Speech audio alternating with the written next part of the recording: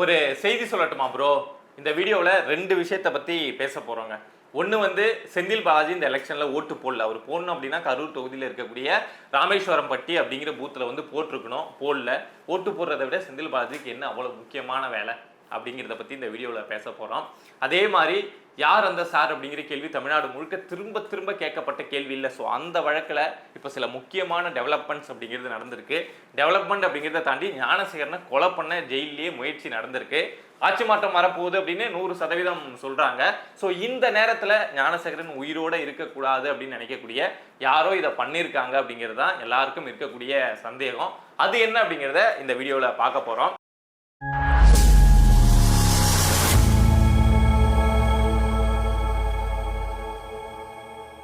First விஷயம், யார் அந்த சார் அப்படிங்கிற கேள்வி தமிழ்நாட்டில் எவ்வளவு நாளாக திரும்ப திரும்ப கேட்கப்பட்டு இருக்க கேள்வி அப்படின்னு நமக்கு தெரியும். இந்த ஞானசேகரன் இந்த மாதிரி அண்ணா யூனிவர்சிட்டியில் படிக்கக்கூடிய மாணவிகளை அது பண்ணிட்டான், இது பண்ணிட்டான், துன்புறுத்தல் பண்ணிட்டான், அந்த கேஸ் எல்லாமே நமக்கு தெரியும். அவனுக்கு ஆயுள் தண்டனை கொடுத்துட்டாங்க, புழல் சிறையில் இருந்துட்டு இருக்கான். நமக்கு தெரியாத விஷயம் அப்படின்னா யார் அந்த சார்? இந்த மாணவிகளை இவன் இதை மாதிரி தப்பா யூஸ் பண்ணது இல்லாமல் யாரோ ஒருத்தருக்கு கொடுத்துருக்கான்ல, அடிக்கடி நீ போயிட்டு வரணும், நைட் ஸ்டே பண்ணணும் அப்படின்லாம் ஒரு சாருக்கு அனுப்பிச்சு வச்சிருக்கான்ல.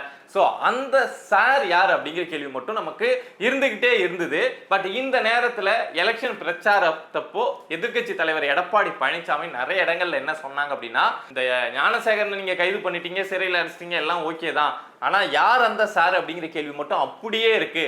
உங்க அமைச்சர் அப்படிங்கிறதுனால அமைதியா இருக்கீங்களா, உங்க அதிகாரிகள் எல்லாம் இதுல மாட்டியிருக்காங்க அப்படின்னு அமைதியா இருக்கீங்களா அப்படின்னு எனக்கு தெரியாது. ஆனா எங்க ஆட்சி வந்த உடனே நாங்க வந்து யார் அந்த சார் அப்படிங்கிற கேள்விக்கு பதில தேடுவோம் அப்படின்னு சொல்லி எடப்பாடி பழனிசாமி பல இடங்கள்ல சொல்லியிருந்தாங்க. ஸோ இந்த நேரத்துல தான் இப்போ ஞானசேகரன் வந்து என்ன நடந்திருக்கு அப்படின்னா, ஏப்ரல் 17, 18, 19 இந்த தேதியில 3 நாள் வந்து ஜெயிலே ஞானசேகரன் வந்து உண்ணாவிரதம் இருந்திருக்கான். இவன் இருக்கிறது ஆல்ரெடி அவ்வளவு குற்றங்கள் செஞ்சுட்டு ஆயுள் கைதியா இருக்கான். ஆனாலும் ஜெயிலில் உண்ணாவிரதம் இருந்திருக்கான். என்ன காரணம் சொல்லி இருந்திருக்கான் அப்படின்னா, என்ன ஜெயிலே வச்சு கொலை பண்ண பாக்குறாங்க, நான் உயிரோட இருந்தா சில பேர் சிக்குவாங்க அப்படிங்கிறதுனால, சில முக்கியமான நபர்கள், அதிகாரிகள், அமைச்சர்கள் சிக்குவாங்க அப்படிங்கிறதுனால நான் அவ்வளவு நன்றி விசுவாசமா இருந்தேன், ஆனா அவங்களுடைய காலம் முடிஞ்ச உடனே என்ன கொல்ல பாக்குறாங்க அப்படின்னு சொல்லிட்டு ஜெயில உண்ணாவிரதம் இருந்திருக்கான். இது போக ஜெயில வந்து என்ன ரொம்ப கொடுமைப்படுத்துறாங்க, ஜெயில் வார்டன்லாம் போட்டு கண்ணாப்புனான்னு அடிக்கிறாங்க அப்படின்னு சொல்லிட்டு இருந்திருக்கான். ஸோ இப்படி சாப்பிடாம இருந்ததுனால, ரொம்ப அடி வாங்கினதுனால 20ஆம் தேதி அவனை வந்து ஸ்டான்லி மருத்துவமனையில கொண்டு வந்து சேர்க்கிறாங்க. என்ன காரணத்துக்காக அப்படின்னா, அவனுக்கு வலிப்பு வந்துருச்சு அப்படின்னு சொல்லி சேர்க்கிறாங்க. பொதுவா ஜெயில இருக்கக்கூடியவங்க ஏதாவது ஒரு செய்தியை வெளியில சொல்லணும், நமக்கு இத மாதிரி ஒரு கொடுமை நடக்குது அப்படிங்கிறத வெளியில காட்டணும் அப்படின்னா மருத்துவமனைக்கு வந்துருவாங்க. நம்ம செந்தில் பாலாஜி பார்க்கலையா, செந்தில் பாலாஜி ஜெயில இருக்கப்போ ஏதாவது விஷயத்தை வெளியில சொல்லணும், அங்க அவருக்கு பயமா இருக்கு அப்படின்னா என்ன பண்ணுவாரு, நெஞ்சு வலி அப்படின்னு சொல்லிட்டு மருத்துவமனையில வந்து படுத்துப்பார்ல. சோ அதே மாதிரி இவன் வலிப்பு உண்மையா வந்ததோ பொய்யா வந்ததோ வலிப்பு வந்துருச்சு அப்படின்னு சொல்லிட்டு ஸ்டான்லி மருத்துவமனையில வந்து படுத்துட்டான். சோ இவன் வெளியில வந்து படுத்ததுக்கு அப்புறம் தான் ஏன் என்ன ஆச்சு என்ன அப்படின்னு மீடியாக்கள் தேடுறப்போ இத மாதிரி இவன் 3 நாள் வந்து சிறைக்குள்ளேயே உண்ணாவிரதம் இருந்திருக்கான். இவனை சிறையில வச்சு ரொம்ப டார்ச்சர் பண்றாங்க. சிறையில அவனுக்கு வந்து அவனுடைய உயிருக்கு உத்தரவாதம் இல்லை அப்படின்னு சொல்லி அவன் பயப்படுறான் அப்படிங்கிற விஷயம் வெளியில தெரிய வந்திருக்கு.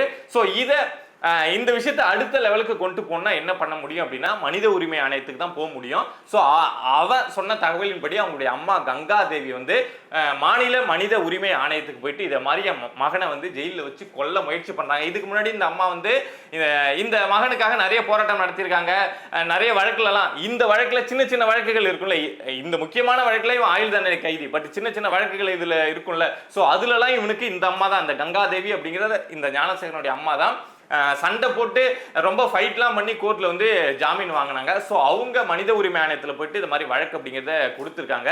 மனித உரிமை ஆணையமும் இந்த வழக்கு அப்படிங்கிறத வாங்கியிருக்காங்க.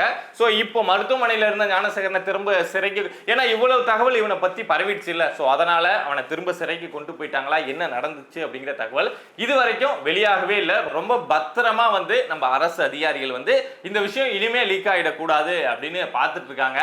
இதெல்லாம் பார்க்குறப்போ நம்மளால அப்படியே கண்கூடா எத்தனை படங்கள் பார்த்திருப்போம், எத்தனை சினிமா பார்த்திருப்போம், அப்படியே புரிஞ்சிக்க முடியுது இல்ல.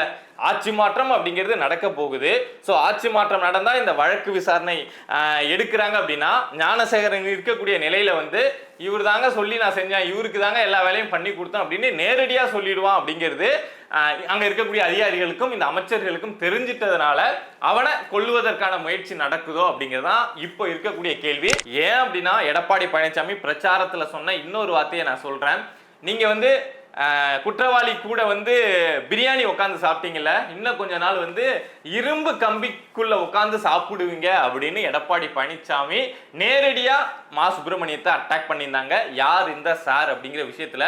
ஸோ அவங்க சொன்னது இப்ப நடந்துட்டு இருக்க விஷயம் இதெல்லாம் பாக்குறப்போ யார் அந்த சார் அப்படிங்கிறத அந்த கேள்வியை நோக்கி இந்த கேஸ் வந்து அடுத்தடுத்து நகர்ந்துகிட்டே இருக்கு.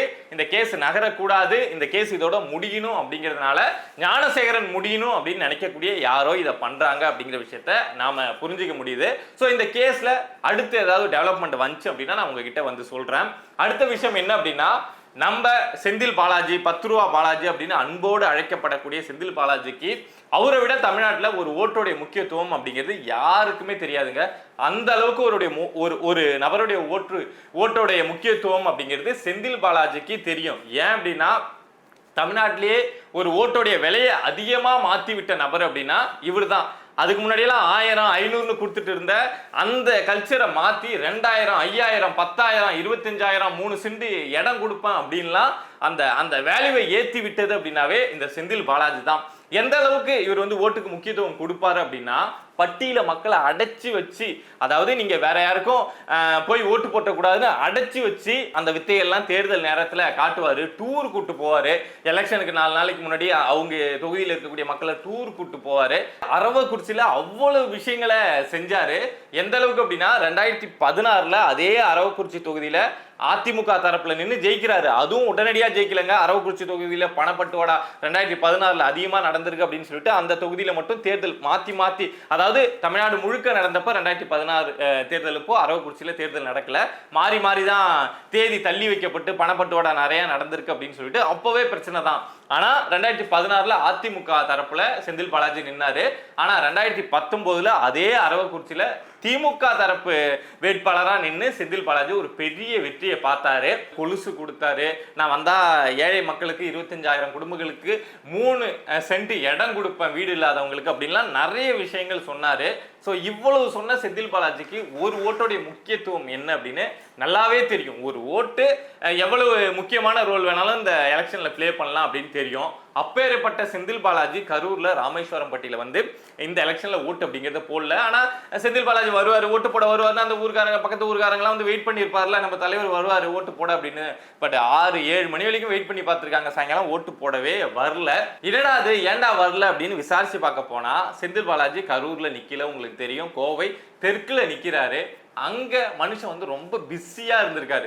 பொதுவா வேட்பாளர்கள் எல்லாம் வந்து எலெக்ஷன் இன்னைக்கு வந்து ரொம்ப பிஸியா இருக்க மாட்டாங்க. மிஞ்சி போனா போயிட்டு அங்க இருக்கக்கூடிய பூத்தை வந்து விசிட் பண்ணுவாங்களே தவிர அதை தாண்டி அவங்களுக்கு பெருசா எதுவும் வேலை இருக்காது. எல்லா வேட்பாளர்களுக்கும் அவங்க இருக்கிற தொகுதியிலே தான் கேண்டிடேட்டா நிப்பாங்கன்னு இல்லை, வேற ஏதோ ஒரு தொகுதியில நிப்பாங்க.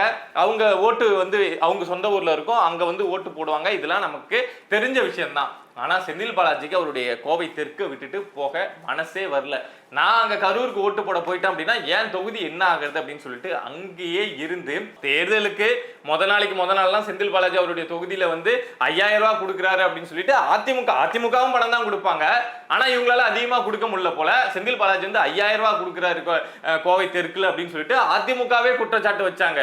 அதிமுகவும் பணம் கொடுக்கிற கட்சி தான். ஆனா அதிமுகவே இங்க செந்தில் பாலாஜி மேல குற்றச்சாட்டு வைக்கிறாரு அப்படின்னா எந்த அளவுக்கு அந்த தொகுதியில செந்தில் பாலாஜி பணம் கொடுத்திருப்பாரு அப்படின்னு யோசிச்சு பாருங்க. சோ அந்த அளவுக்கு பணம் கொடுத்தோம், அந்த அளவுக்கு வேலை பார்த்தோம். நான் வந்து தேர்தல் நடக்கிற அன்னைக்கு நான் என் தொகுதிக்கு போக மாட்டேன், அதாவது நான் ஓட்டு போற தொகுதிக்கு போக மாட்டேன், நான் எங்க நிக்கிறேனோ அங்கதான் இருந்து வேலை செய்வேன் அப்படின்னு சொல்லிட்டு செந்தில் பாலாஜி செஞ்சிருக்காரு. செந்தில் பாலாஜி எதை மாதிரியான ஆளு, எதுக்காக ஓட்டு கூட போகாம அங்கேயே இருந்திருப்பாரு அப்படிங்கிறதுலாம் நமக்கு தெரியும். பட் தேர்தல் ஆணையத்துக்கு தெரியல போல, அவங்களால கண்டுபிடிக்க முடியல போல. ரொம்ப பாவம், ரொம்ப கஷ்டம் போல. இந்த விஷயத்தெல்லாம் கண்டுபிடிக்க முடியல, அப்படியே அமைதியா விட்டாங்க. ஆனா ஒரு விஷயங்க, செந்தில் பாலாஜி திமுகவுக்கு அவ்வளவு லாயலா இருக்காங்க.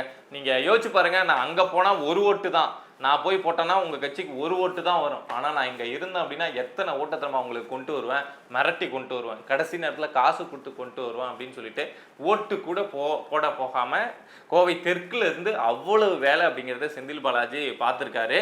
இந்த தேர்தல் ஆணையம் இருக்குல்ல, வாழ்க வாழ்க வாழ்கவே.